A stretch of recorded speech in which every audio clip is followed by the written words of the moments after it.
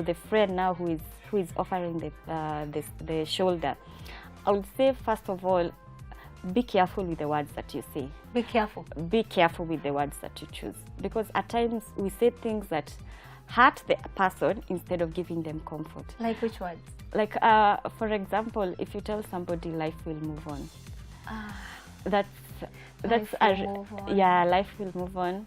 That's actually a very hurtful. It's very hurtful to this person, because they are thinking, for them at that point, life has ended. Like, it's an end. How do you tell me life will move on, and I don't know how to move on with my life without this person? So most of the time, it's a very common word. It's a very common phrase. Like, even when you go to funerals, people are telling you, don't worry, life will go on, life will go on. But at that point, be sensitive and see that this person does not see life going on. Yes, life will go on. Life does not end at that point. But to this person, you don't see it. Yeah. To you, this is it. This is it. This is it. It doesn't. There's no end. There's no. There's nothing else to move on to. Yeah, there's nothing to move on to. So how are you telling me life will go on? Yeah. So that is one of the things that I'll ask somebody to be careful with, or even or saying that other people will die. Just be sensitive with the words that you choose. Because at this time, somebody does not see anything beyond that point. Yeah.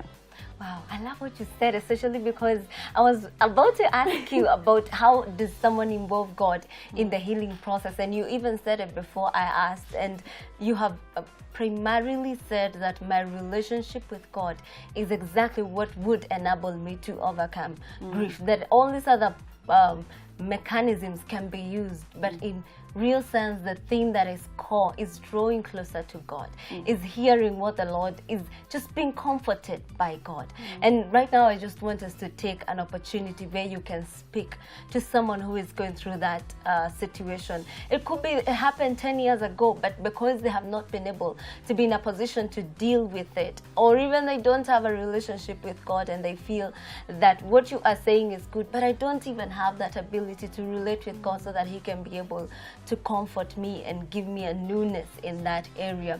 So just talk to someone who you feel needs a word of encouragement from someone who has gone through an experience like you have, and someone who has written in this area of grief.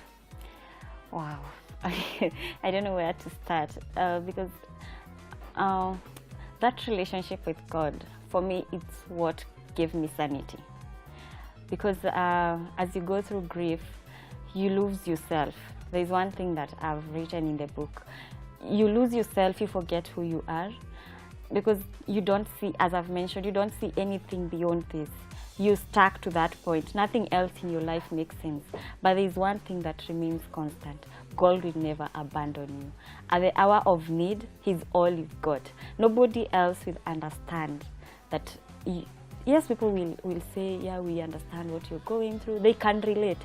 But the exact emotion that you have is only God who's able to understand. Because He's your creator, so He understands everything that you're going through. He understands your every step. So at that point of vulnerability, He's the only one who can, He's the only one you can talk to. And then again, He tells us He's our friend. He's our friend, He's our comforter. He's everything we need. He's our refuge. Right. He's our stronghold in the time of trouble. Yes. So, who else will you turn to at that point? It's at that point you sit and now talk to a friend. Now tell him, I'm here, God. This has happened. What do I do? Because grief happens to us in different cases. You could have lost a husband and he's a breadwinner. So you're wondering, what next? But now sit with your friend as God and tell him, God, this has happened. You took him and life is going to be hard. How am I going to go on with this life? Tell me how. Where do I start from? You say you're the comforter. You say you're my strength. When I'm weak, you're my strength. Where do I start from? What do I do next? And ask Him to give you the strength, even to deal with these emotions, because the emotions don't go away. Right. You might get to a point that you've adjusted, but there's something that will take you back to, can trigger back the memories, because this person is no longer there. There'll be a point you'll want to relate with them. So just the only way you draw strength is to talking to a friend. Wow. I will ask you to look at God as your friend at that point. We are grateful, Tabitha, for what you have talked to us. I like what she has said, that God is constant and God never changes. He will always be there for you. He will never leave you nor forsake you. He's always there in every time of trouble. I'm grateful to know that we can trust in the Lord as a friend and hold on to Him every time.